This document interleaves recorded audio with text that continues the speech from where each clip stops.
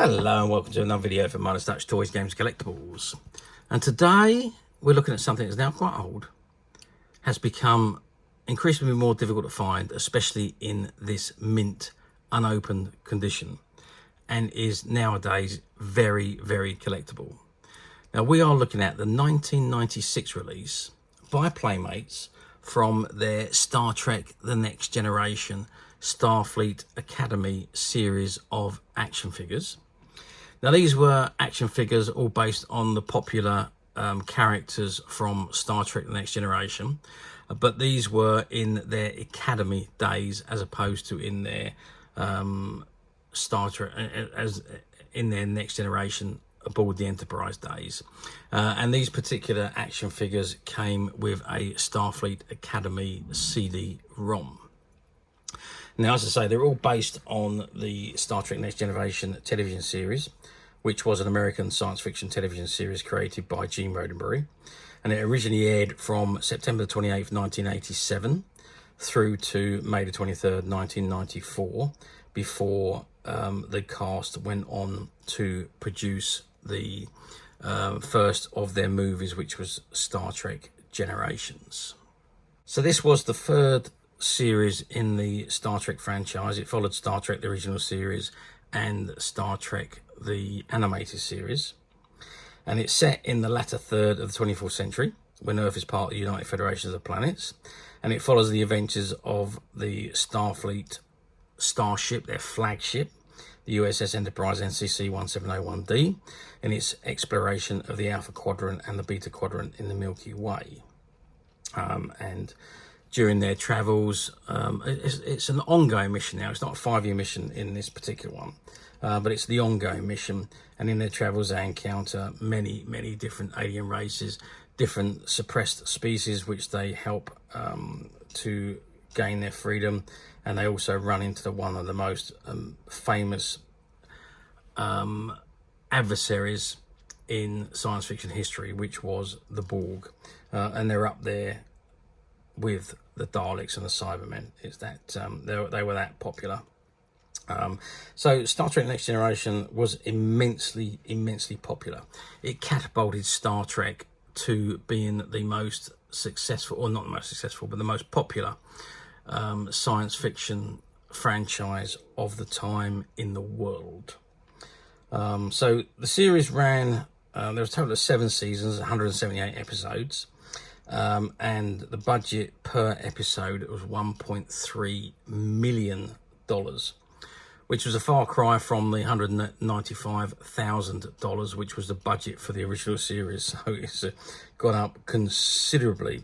And that was the budget for the whole season of the original series, not just an episode. But Star Trek Next Generation was $1.3 million per episode. And obviously the popularity then spawned on a couple of more television series. Star Trek Deep Space Nine was born through the popularity of Star Trek The Next Generation, and also Star Trek Voyager. And of course, at that point, the Next Generation crew had gone onto the big screen, where they made Star Trek Generations straight off the back of the final episode of Star Trek The Next Generation, which was All Good Things. And then, of course, we have First Contact, Insurrection, and Star Trek Nemesis, before the cast decided that was enough and they didn't want to do any more, until I think 2018, I think it was, or 19, when Jean-Luc Picard came back in the television series Picard, which also ran for 3 seasons, with the last season really being classic Star Trek The Next Generation, whereas all the team were back together again in that final series. Patrick Stewart was persuaded to finally go back to Star Trek after he said he wouldn't do any more, but he did finally go back, and Picard was produced, and again, excellent television series. Anyway, what we're looking at today is a spin-off from the Next Generation action figures, and this is the Academy series. And this particular one we're looking at today is of none other than Cadet Geordi LaForge, who was the chief engineer of the USS Enterprise from season 3 onwards. And this is the card in front of us. And at the very top, it's got ages 4 and up. It says Star Trek Starfleet Academy. And you've got a choking hazard warning at the very top of the packet.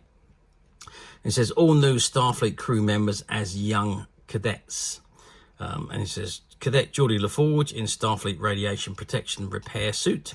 And there's a mini omnipedia of Starfleet Academy files on CD-ROM.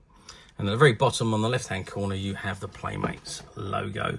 And at the bottom right-hand corner, you have the Star Trek 30th anniversary logo. So I believe these were all produced for the Star Trek 30th anniversary celebrations. Okay, that's the front of the card. Let's turn it around and see what we got printed on the back. Okay, so I've turned the card around, and this is what we've got on the back. So top right-hand corner, it's got join the official Star Trek fan club and gives you the location and the phone number. Star Trek Starfleet Academy. It says, located at a Presidio in San Francisco, Starfleet Academy was founded in 2161. Its graduates are expected to lead the Federation into the future military, politically and scientifically. Difficult questions on morality and how to deal with alien civilizations and the unexpected and explored intensely during a cadet's 4-year education. Starfleet Academy's Latin motto is based on the slogan found in the ancient archives for the Apollo 13 moon mission. Ex Astris, Sentinel, from the stars, knowledge. Truer words have never been spoken. And this particular one comes with Starfleet Academy gear. You've got the Bandai logo, which is stuck over the front there, so I can't see what is underneath that Bandai logo. Now, the Bandai were the British importers for these Playmates. They were British distributors for Playmates. So this is Starfleet Academy gear. So you've got the carrying case used to transport pad on away missions, the chest protector, a defensive piece of equipment that can absorb minor phaser blasts, diagnostic tool specially programmed for analyzing engineering data, and Starfleet action base. Cadet LaForge stands ready for all adventures in the future. And you've said the adventure is just beginning. Collect all these Star Trek The Next Generation cadets in their Starfleet Academy uniforms. So you've got Cadet Jean-Luc Picard, Cadet William Riker, Cadet Geordi LaForge, and Cadet Worf. And it says, sharpen your intellect with Starfleet Academy's latest interactive reference library.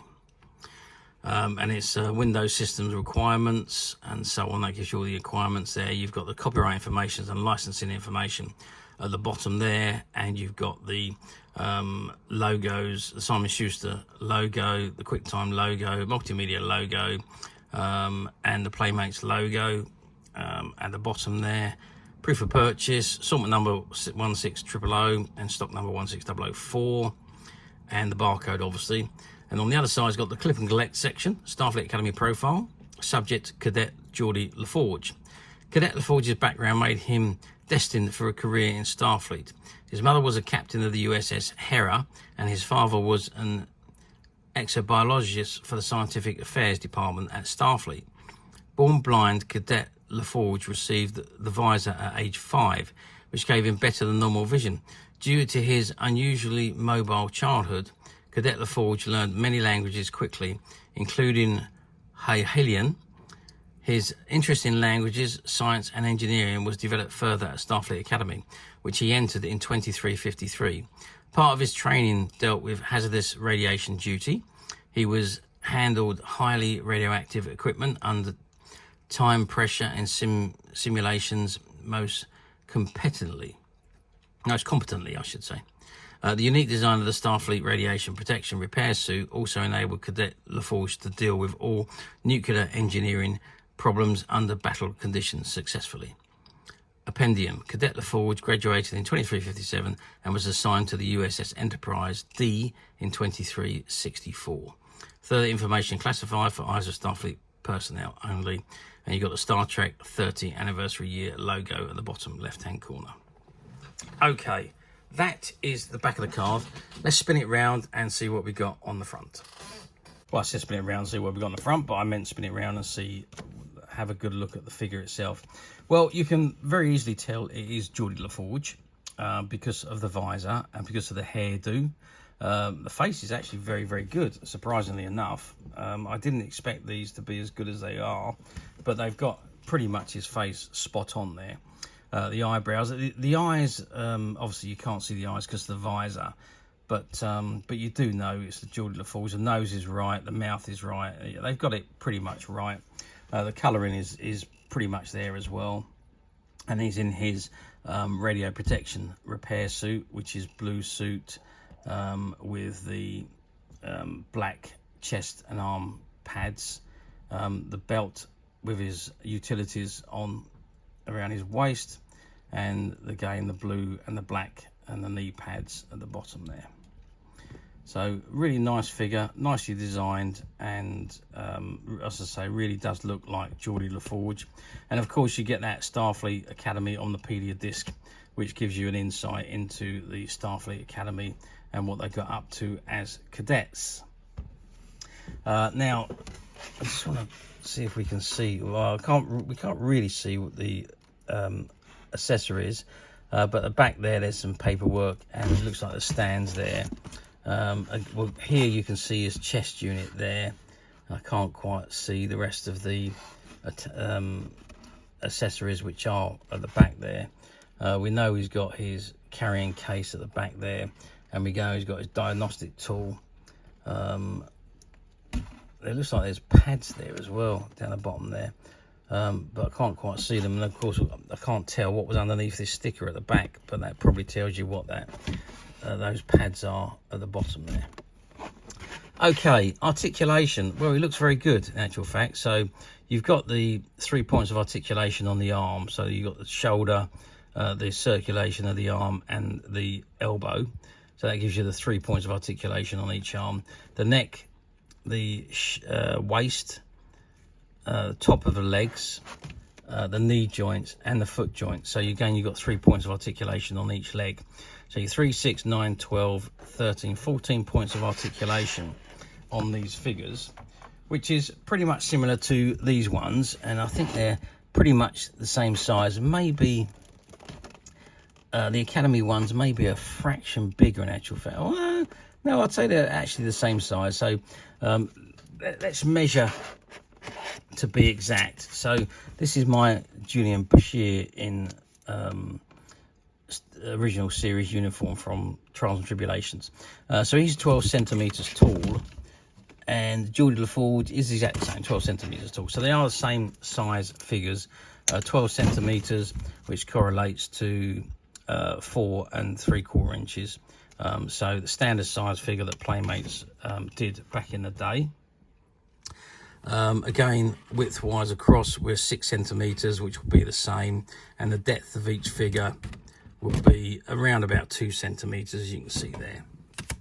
So as explaining the articulation, you've got the top of the arms, you've got the arm which turns in the center there, you can see the joint there, and you've got the elbow joints which move up and down, and the same on the waist turns, the head turns, the top of the leg moves up and down, the knee joint turns, but this particular one doesn't have movement on the side-to-side leg, but it does look like, I could be wrong in actual fact, it could only be 2 points of articulations on the leg. I can't see, I think it probably is just 2 points, so it probably is 12 points of articulation, the same as these. These are all released around about the same time, so this was also released for the 30th anniversary year, so I would imagine that I'm pretty certain they're 12 points of articulation, not 14 as I originally said. Okay, so how well did these figures do back in the day? Well, back in 1996 when these were released, Star Trek was still the largest franchise in the world. Or I should rephrase that, the most popular franchise, sci-fi franchise in the world. And it really held it up until the reissue of the Star Wars movies to the big screen, which is around about 97 when that happened. So we're coming to the end of the top popularity of sci-fi for Star Trek. Once Star Wars returned to the big screen and the new new mention of the filming of the prequel trilogy things shifted and Star Wars became the biggest, most popular franchise in the world again, as it had been back in the 70s and the 80s, or the early 80s I should say, until Star Trek Next Generation was launched, and then Star Trek then took over as being the most popular franchise at that time, which they held for about 10 years before it then went back to Star Wars, and has been Star Wars ever since. But yeah, very, very popular at the time. Lots and lots of merchandise being released. And of course, because it being the 30th anniversary from the original television episode from 1966, also there was lots and lots of merchandise being released for that 30th anniversary year. Lots were tied in, so these Academy figures were released for that 30th anniversary year. Although sadly, they only produced the 4. Which was surprising really, when you think that they did sell very, very well. I can't for the life of me understand why they didn't expand on those 4 and produce more. But that was Playmates. Maybe they felt that the most popular characters they'd done for the 30th anniversary, and they was just going to leave it at that. They did have a tendency to produce the figures for short runs and then move on to the next phase, so quite possibly there was something else coming up after these, which they moved on to, and they didn't come back to a wave 2. I'm not exactly sure why they didn't do any more, but I'm assuming that's about the size of it. So limited run, only released for that 30th. That could be also a point. It might have been because they only released them for the 30th anniversary year. Didn't quite think about that, but these were only released for that 30th anniversary year, so very short run. I'm not sure the numbers. I'm presuming they were produced in big numbers, but again, released only for a short amount of time.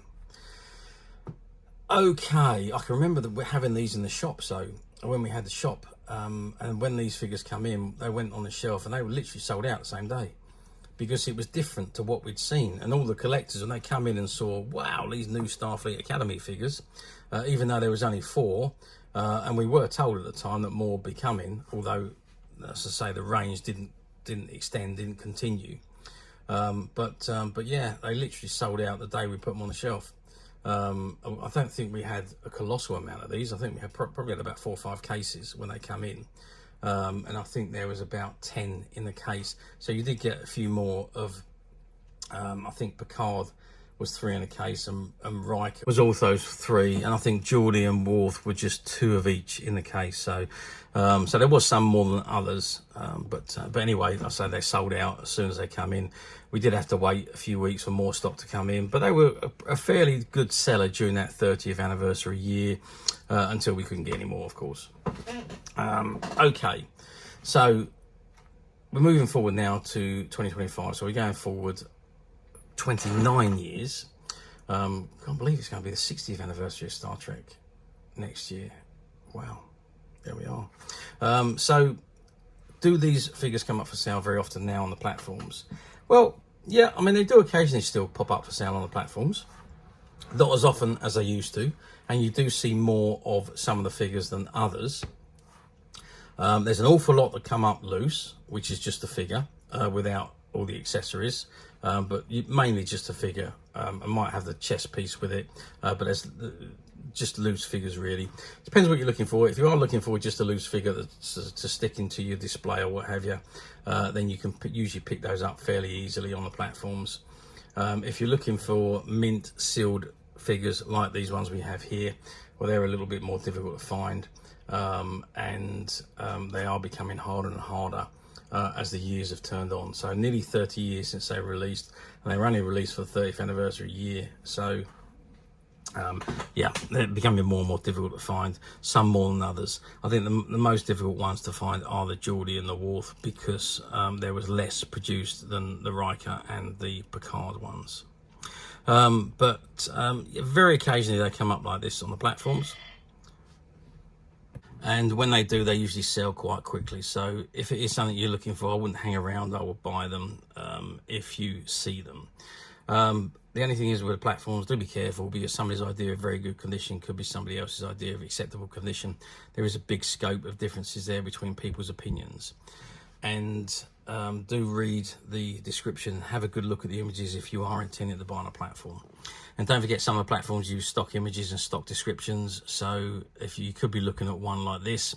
However, if there's no new available, they do automatically go to the cheapest used item, and that might just be a loose figure missing lots of items without a CD-ROM or what have you. So if it doesn't say new and the use icon's there, click it, read what you're about to order, because you could be disappointed when it arrives. And it wouldn't be the fault of the seller, and it's certainly not the fault of the buyer.